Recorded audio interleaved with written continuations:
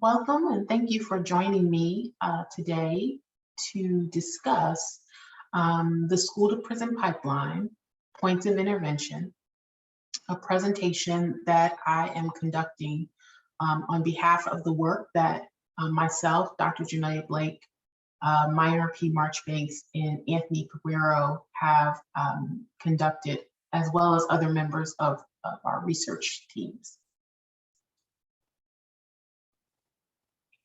Before I get started on the presentation, I'd like to acknowledge our funders, National Institute of Justice, and also acknowledge that the data that we use for these analyses were supplied by the Texas Education Research Center at the University of Texas at Austin and the Texas Juvenile Justice Department. Both the National Institute of Justice and the Texas Education Research Center, while they were supporters of this work, the opinions and the conclusions expressed in this presentation do not reflect the opinions and conclusions of these organizations and entities. They are only that of the presenting authors. With that said, I'd like to get started on the presentation. I'd like to also acknowledge and recognize the contributions of the team members that supported this work. This presentation is based on a study and manuscript that is currently under review. As such, the team members listed here are actually co-authors on that publication, and I want to acknowledge their intellectual contribution to the completion of this work. As I mentioned, my name is Jamelia Blake. I'm a professor at Texas A&M University. I was also one of the co-principal investigators for the National Institute of Justice grant that supported this work that I plan to discuss with you today. So before I get started, I just want to very quickly go over some terminology, just because I'm not sure the expertise and scope of the audience, and I'd like to make this accessible to people from a range of disciplines and familiarity with the constructs and concepts we're going to be discussing today. Also, this terminology is really helpful because oftentimes, as someone who studies this work often and heavily, I tend to use words interchangeably, and so I want to make sure that we're all on the same page. I'm not going to define these concepts in great detail, but just kind of give you just a very cursory overview of what I mean. So we're going to be talking about the school to prison pipeline, which I will define in the next slide, but there are some terms that we use. So broadly, we talk about school discipline, and school discipline can include a range of disciplinary responses to student misbehavior or indiscretions. So we kind of categorize this. You'll find some people talk about it as exclusionary discipline. Some people talk about it broadly as suspension. So there's in-school suspension, which means that the student is removed from the classroom, but is still housed within the school district and is serving their sanction in an isolated area, maybe with some other students who are also serving that sanction. Sometimes now we hear often that school districts talk about opportunity rooms. Sometimes that's the same thing as in-school suspension. It really depends on the language of that district. But in-school suspension is a discipline sanction in which the child is removed from the classroom, but still in school. Out-of-school suspension is a sanction in which the student is removed from the school, so they are serving their discipline sanction at home, and they're not supervised by a school district. Expulsion is just that. It's actually removal from the campus for a specified period of time. Discipline alternative education placement or programs, they have different names. They're often abbreviated and called DAEP. And this is where the student is being educated as a result of a discipline sanction at a different school setting than their home setting. And in Texas, we have juvenile justice alternative educational placements. And that may not be common nationally, but this is essentially where students are affiliated with a juvenile justice system is still getting educational services through there as a part of their sanction. There are many ways to measure academic achievement. In this presentation, when I talk broadly about academic achievement, I'm talking about either statewide standardized tests. So those are usually every state administers standardized achievement tests for certain grade levels once a year. I could be speaking about grade point average or even high school dropout. Finally, when we talk about juvenile justice contact, we're really talking about criminal justice contact, but for juveniles. So for those of you from the criminal justice field, you may say, hey, that's not a real thing. You either have contact with the criminal justice system or you don't. But those of us in the school, studying the school to prison pipeline have wanted to be more specific, only because there's been work that has looked at adult incarceration as well as earlier contact with the justice system. So juvenile justice contact is what we're looking at school age youth before they're considered an adult in the criminal justice system, at least for my purposes for this presentation. And finally, disproportionate minority contact, that might be a dated term that people aren't using anymore, but it really refers to the differential impact, racial disparities and incarceration rates and contact that adults as well as youth have with the justice system based on their racial ethnic background. So these are just some language that I'll be using throughout. Hopefully this little primer helps you, and if you're not as familiar with this terminology. So I'd like to get started by talking about the school to prison pipeline.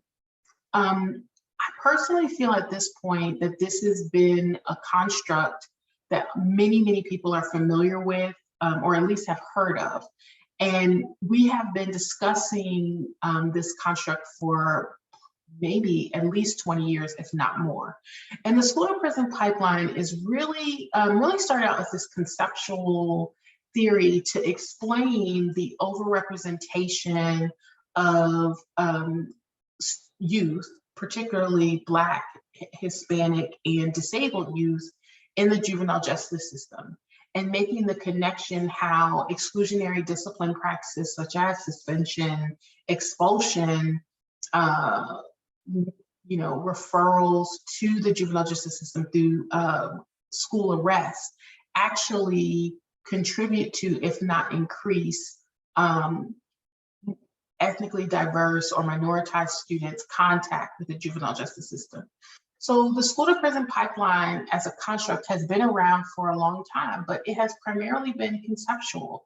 It's also been a way to simplify or explain the process to people who are not steeped in the literature or have the expertise. So it's a great exemplifier to show the connection between the exclusionary discipline process, practices that school districts use and how that relates to broader justice systems. Recently, probably within the last 10 years, people have really been pushing to find an empirical basis to support this conceptual theory. It's not that people don't believe that it exists, but as scientists and as scholars and as policymakers, we want to show evidence that there is truly a connection beyond correlational and look for more causal explanations. And so when people talk about the school to prison pipeline, originally they've talked about it as schools kind of pushing kids out, pushing out the undesirable students that they do not want, and therefore increasing their contact with the juvenile justice system. However, other scholars have talked about pullout as this kind of force that maybe it's not as directional, and that there are factors such as having to work or having to help out the family or being an adolescent parent that force children or students to leave school prematurely, and as such, unfortunately, have engaged in adolescent or adult criminality. So that pullout theory is just emerging, but nonetheless, the focus really is on what empirical data do we have to support this idea of the school to prison pipeline. Not that we don't believe it exists. We certainly think there's a connection. It's clear, although correlational, between disproportionate minority contact and school discipline. But can we empirically support that? what research do we have to show that this process really does happen? Another reason why we really focus on the school to prison pipeline is the societal consequences, right? So, in addition to the more immediate effects on students, or youth, in terms of having greater contact with the justice system and also being at risk for high school dropout. So if you're over disciplined, these are two outcomes. The reality is that the school to prison pipeline is not a school problem or a justice problem, it's a societal problem. Because if we have individuals who are dropping out of school because they're constantly being suspended or expelled, and by virtue of that, they're having contact with the criminal justice system and they're becoming incarcerated, or they're developing a record, that in the long term can impact delayed workforce entry, right? So if you're incarcerated, that reduces the likelihood that you're gonna be able to get out and participate in the workforce, right? And contribute to our society as a whole. It also limits your educational access, right? So if you drop out of high school and you don't enroll in a technical school, or you don't get your GED, or you don't go to college, that limits your educational access, which in turn has impact on the opportunities you have within the workforce, right? And earning a livable wage. And then equally important is that the school to prison pipeline really contributes to what some call an opportunity gap, also coined as the racial ethnic achievement gap. And so what we know is that Black and Latinx students and students with disabilities are more likely to be disciplined, and they're more likely to have contact with the juvenile justice system and to be incarcerated as adults. So the school to prison pipeline is widening the inequities that we see. And this is why there's been such a push in the last 20 years to really tackle this. But one of the challenges about the school to prison pipeline, the way it is currently explained and depicted, is that it's often, it operates from this deterministic perspective, this push out idea that schools are kind of programmed to push out students that they don't want and send them exactly and directly into prison or to have contact with the justice system. So in this kind of deterministic perspective of the school to prison pipeline, right? Because a pipeline is kind of directional and you're kind of just being pushed through, it's really treating the relationship between discipline and contact with the criminal justice system as a juvenile as an event.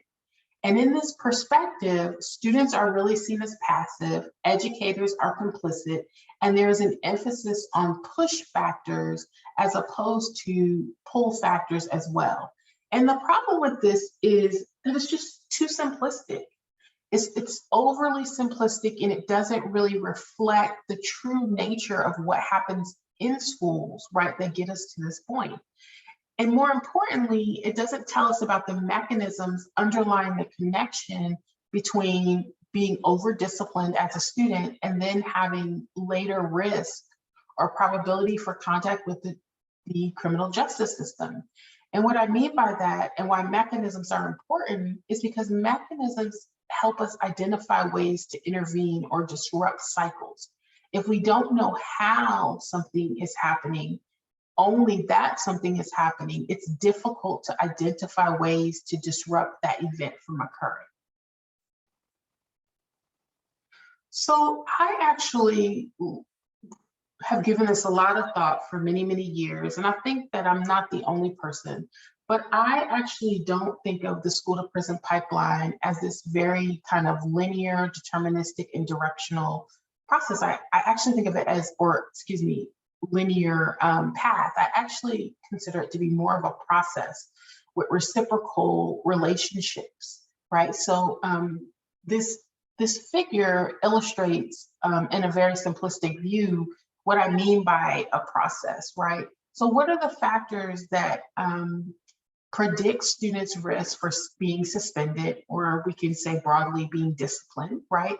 And there can certainly be individual characteristics that increase that risk, right? And there can also be systemic or structural characteristics that increase that risk. This model doesn't take that into out of consideration, but there's a reciprocal process, right? So students who are who may present with some behavior problems might be at greater risk for being disciplined, but those behavior problems might make them more academically disengaged, or in turn, having been disciplined, suspended at school may make them more disengaged from participating in the curriculum. And when they're disengaged, they may not feel connected to the school and want to be there. And that may increase their interest in kind of engaging in delinquent behavior. And that delinquent behavior may in turn increase their the likelihood that they then are engaging in criminal acts that put them in greater contact with the criminal justice system, right? Or in turn, a student may have a disability, a mental health disability, and that may result in behavior problems or academic disengagement that may increase the likelihood that they're getting reprimanded at school, and so forth and so on. And so the point of talking about this as a process is not to absolve anyone or blame students, but to recognize the complexity in what drives discipline decision making, and simultaneously what contributes to unfortunately students' contact with the justice system. That it may not be this linear process, as we have simplified this for explanation, that it might be more complex, more reciprocal, and this is really important. So when I talk about the school to prison pipeline as an event, I want to simplify this. So an example of thinking of it as an event is, we may ask the question, does school discipline lead to juvenile justice outcomes? Simply put, does being over suspended or expelled increase your risk for having contact with the criminal justice system, whether that's a formal referral or an arrest? That is looking at the school to prison pipeline as an event. That's very deterministic from my perspective. However, the question I am personally more interested in, and that actually guides this research, is asking, how does school discipline lead to juvenile justice outcomes, right? So we actually have established research that shows some of it is correlational and some of it is longitudinal, that students who are disciplined later in time have greater rates for arrest. Or students who are disciplined have greater likelihood of having contact with the criminal justice system as adults, right? Where we have less empirical research is understanding how school discipline leads to contact with the criminal justice system for juveniles. So we have less research about the process, right? And so in this very brief figure, these icons, right, can represent different aspects, different mechanisms that explain the connection between school discipline and juvenile justice outcomes for adolescents. So that is the question that we intend to ask when we did this study. We were interested in understanding, how does school discipline lead to juvenile justice outcomes? And to do this, we were fortunate in that we had access to all of the students in the state of Texas public school system. And Texas actually provides an excellent opportunity to study this on a large scale, because the Texas Education Agency has so many students. There are so many students enrolled in public schools in Texas, and because of the diversity of the state. So we have a large sample or population of Latinx students, but we also have a sizable population of African American or Black students. And this allows us to be able to investigate these relationships very deeply.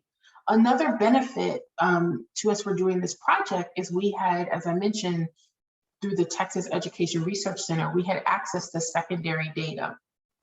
from not only the Texas Education Agency, but also through the Texas Juvenile Probation Commission. So we were able to link, of course, in a de-identified format, but we were able to link students' academic, demographic, and discipline data from their enrollment in schools with data from the Texas Juvenile Probation Commission and juvenile justice records. So the other thing that we were able to do was we were able to gather this data for 2 cohorts of students.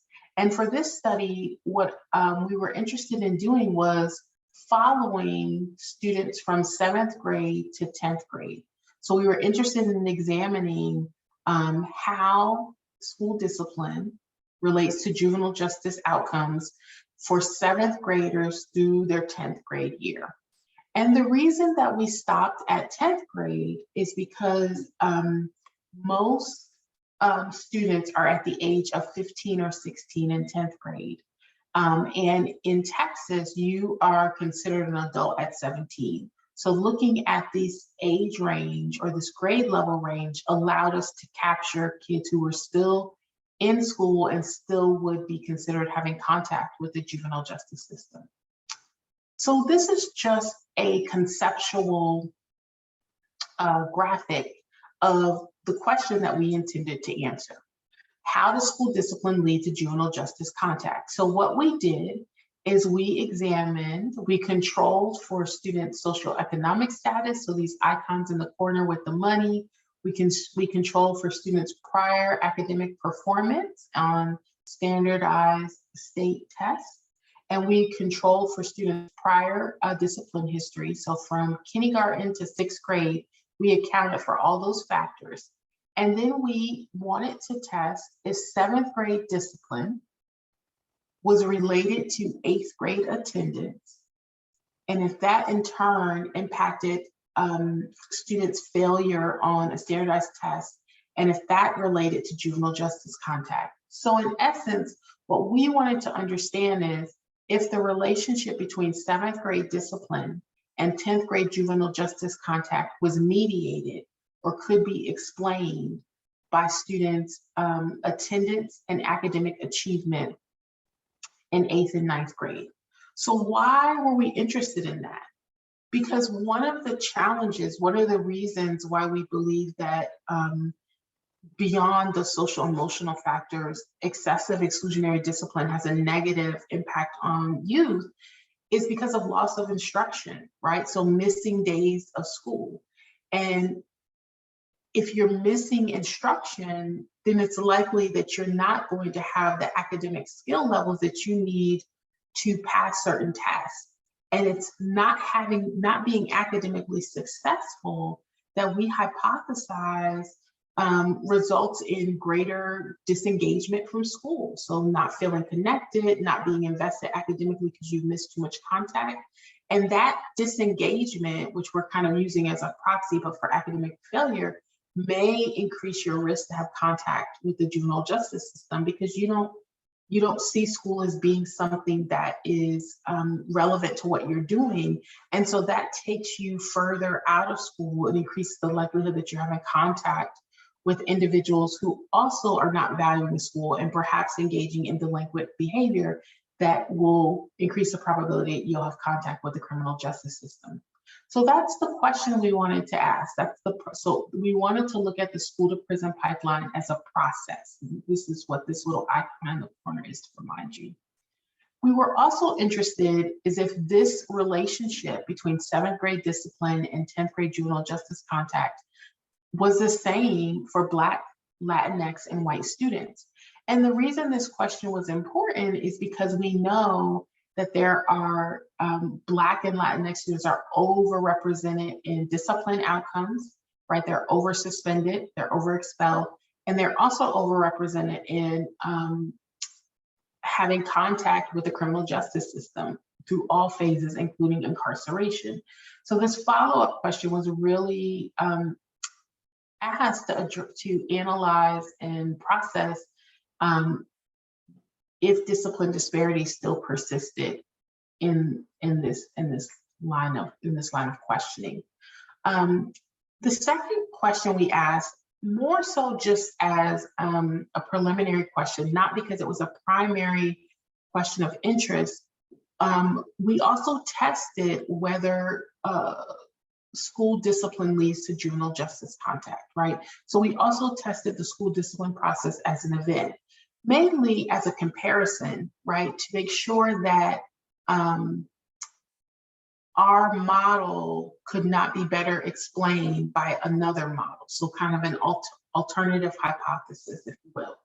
And as I mentioned before, there's already been research that shows that excessive school discipline does lead to juvenile justice contact. So this question that we're asking is not necessarily new information or trying to answer new information. It is just a way to kind of provide an additional test of our question.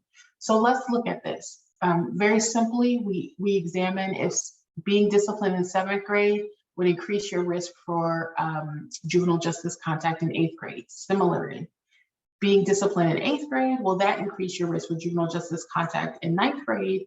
And will being disciplined in 9th grade increase your juvenile justice contact for 10th grade, right? So this is just a simplified question of, does school discipline lead to juvenile justice contact? And we expect that the answer will be yes, based on other research. So how do we analyze our questions? Well, we used a cross-lag structural equation modeling, where we modeled discipline events over time, as well as across time. So I want to answer the first question of, does school discipline lead to juvenile justice contact? That's the event question. And this is a very complicated figure. So for simplicity, I'm going to explain this in a way for individuals who are not familiar with structural equation modeling, and they're not familiar with cross-lag analyses within that analytic tool. So for structural equation modeling, what we do is we have a model, a hypothesis about the way variables are related, right? And so at the bottom, for those of you who are familiar with structural equation modeling and testing for conceptual models, I've provided indicators of how well our model fit the data. And I'm not going to explain that in this presentation because we have a manuscript under review, and those of you who are interested can read the technical manuscript to find out more detail.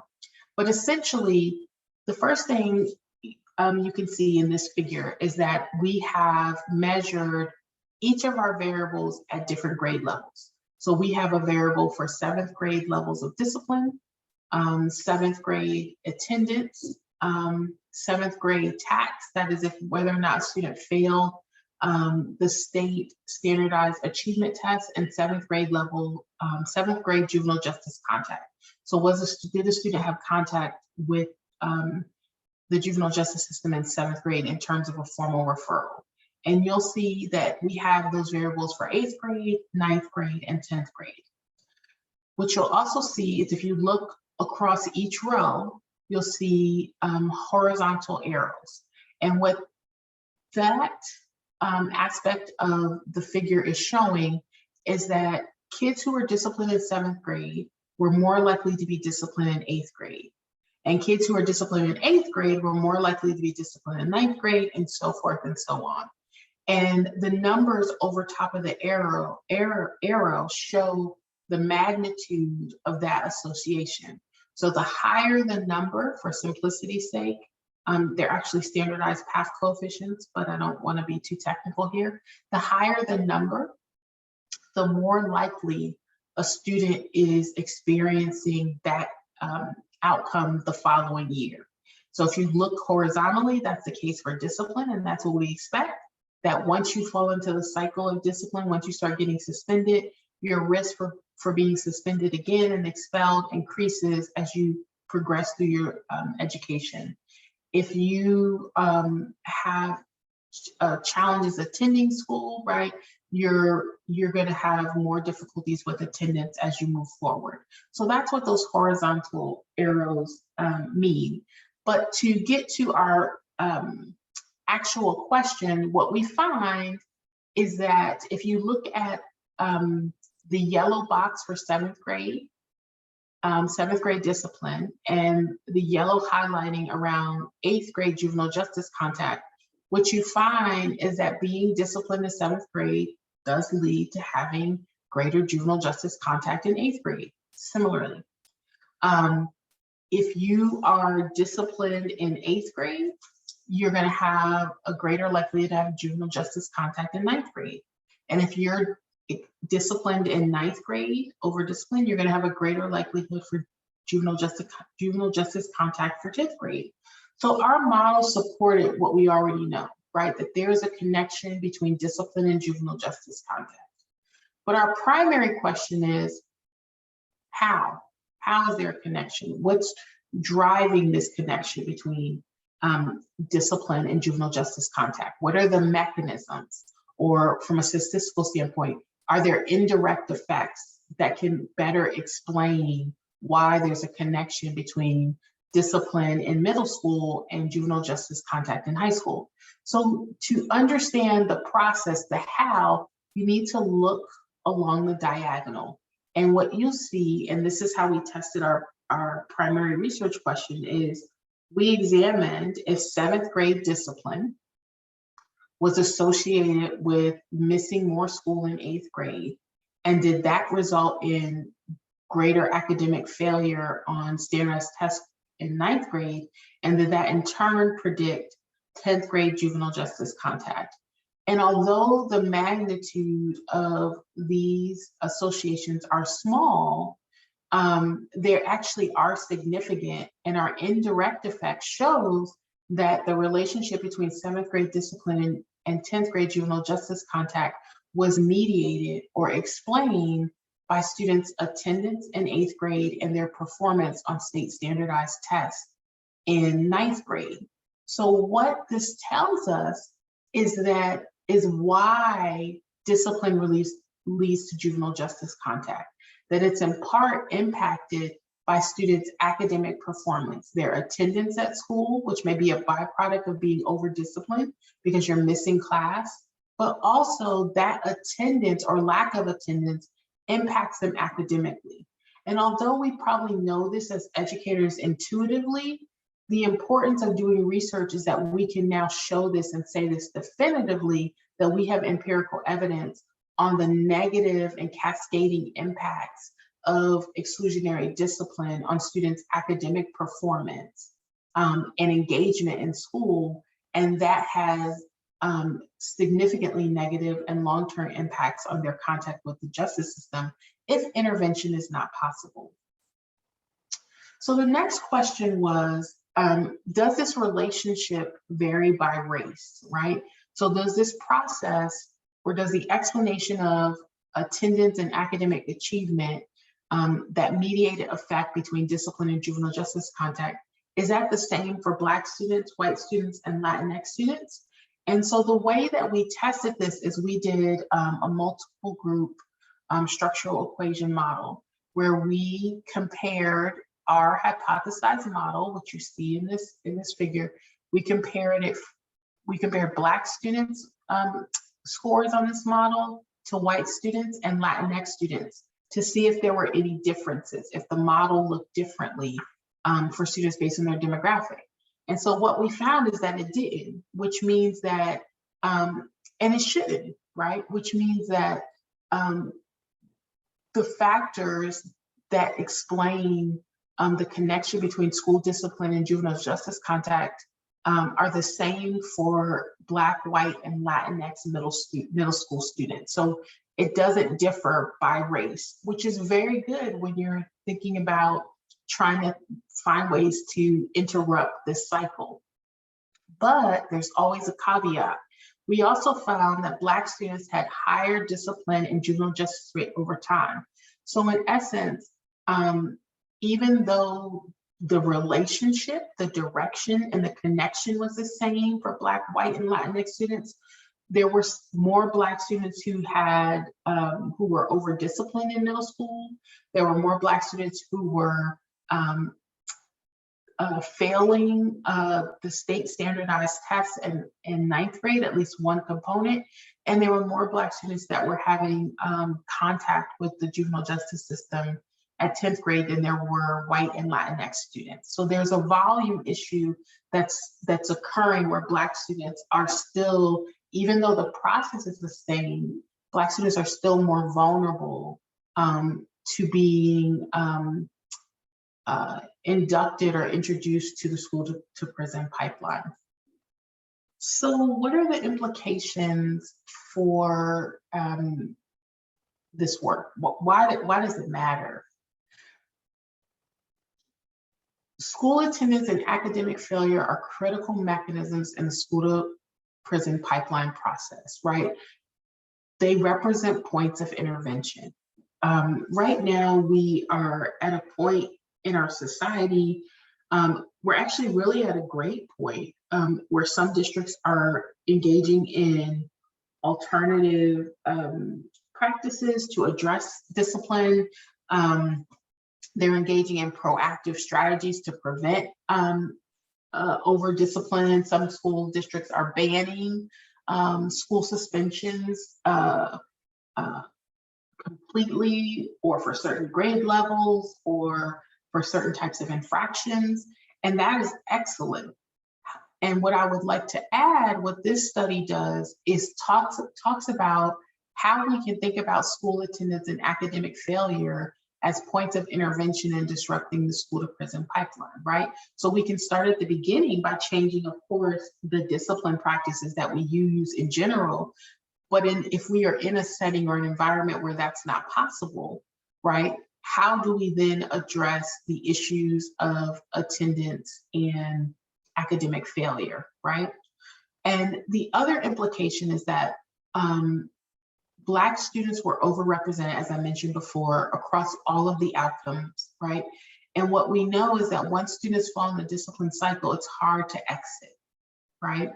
And so one thing that we need to be thinking about is what can we do to address the recidivism in school discipline before it gets to suspension? So this is really at the office discipline referral stage, right? So before we even get to the point where we're having to issue a discipline sanction that involves suspension, we have students who get referrals, right? What can we do to reduce that? And there are a number of scholars, including myself, that are starting to focus on how do we support teachers and administrators in identifying behaviors that are concerned. How do we disrupt this process before we even get to the point that students are misbehaving? So some of the limitations of this project, because all data has and all studies have limitation, is that because we use this grand state level data set, which is awesome, we're not able to see some of these micro level processes at play, right?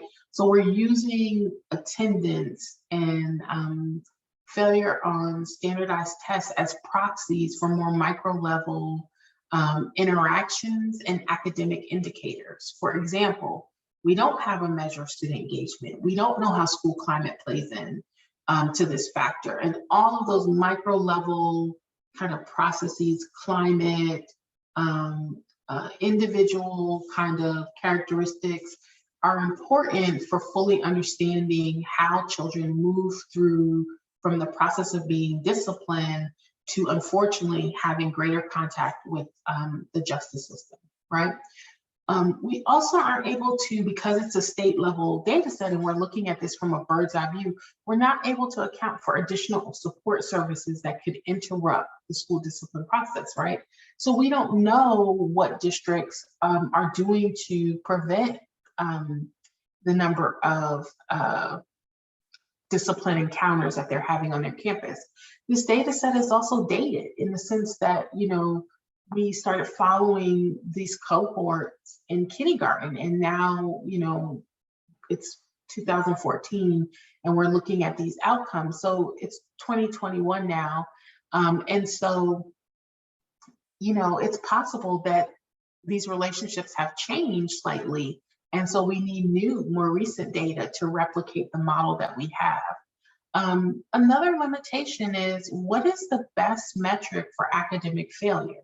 Should we be using state standardized tests, or should we be using more proximal measures of academic achievement, right? Should we be using grades? But grades are very subjective. So that's one of the limitations with secondary data sets, even one as rich and as large as the one we're using, is it gives you a very bird's eye view, but it doesn't allow you to dwell as deeply as you may like to kind of answer more nuanced questions. So when I talk about points of intervention and how we move forward, really prevention is the cure. And many people don't like to talk about prevention. We tend to be very reactive instead of proactive, but when working with students and trying to address discipline, we have to engage in preventative strategies that support students' social emotional well-being, their behavior, but also educators, teachers, administrators, their decision-making and their skill set in supporting teachers. So that's social emotional learning, that's restorative practices, that's PBIS, that's even diversity training and equity training for teachers. Another point of intervention is really thinking about tiered behavioral intervention supports. So PBIS speaks to this more broadly when we're thinking about how we support different students, and response to intervention also speaks to this in terms of the academic sense. But I want us to think a little bit deeper, right? What supports do we have for the students that have frequent and recurrent discipline problems? Because we know that it becomes a cycle. So once a student is disciplined, they continue to be disciplined. And what are those supports, not only for the students who are frequently and getting these discipline referrals or discipline sanctions, but also what are the supports for the teachers who may be over referring students, right? So when we think about the mechanisms and looking at how this cycle progresses, we need to be thinking about ways that we can differentiate the way that we address behaviors and engage in preventative strategies. And then, this is something that is always on the forefront of every administrator and teacher, is academic supports, right? So we know, discipline and academic achievement are two sides of the same coin, right? We have some scholars who refer to that, and it's absolutely true. We've known for a long time that behavior and academic problems are inextricably linked. And so you really can't have one without the other, meaning that if you don't have strong and high quality instruction, you're not going to have the best level engagement, and a lack of academic engagement, focus, and attention is going to be a breeding ground for misbehavior, right? So when we think about academic supports, it's not that we abandon being proactive to address discipline in favor of academic supports. It's how do we build both of these things up, giving school districts, and this is for policymakers, the resources to support their students academically, and not just the students who are struggling academically, but giving them resources to support all students in a certain way, but also giving them resources to engage in preventative and holistic practices like social emotional learning to reduce behavior problems and potential conflicts, and also giving school districts the resources and the time to allow their teachers and their staff to become trained and familiar and competent in these practices. So these are the points of intervention that as policymakers, we need to be having these discussions, and it needs to move beyond just the lip service and thinking very deeply, because all of this is connected. So with that said, that concludes my presentation. Here I have all of the co-authors on this manuscript's contact information. You please follow us on social media. That's a great way to ask questions. If you're interested in some of the work that we're doing, you can use this QR code to scan, and it will link you to those of us who have Google Scholar pages, our Google Scholar page. And oftentimes, Google Scholar will have full text articles. So if there's work that we're doing and you are not able to get past the paywall, or you don't have access to into a university library where you can get access to these articles, if you're in practice or a government agency, scan this QR code and try to access it there. And if you can't access it there, please feel free to reach out to any of us. I know personally I'd be more than happy to send you any article that I've worked on that you'd like to read more. When the manuscript for this study is published, it'll be published to my Google Scholar page. I appreciate your time. Thank you for the interest in our work, and I wish you an excellent day.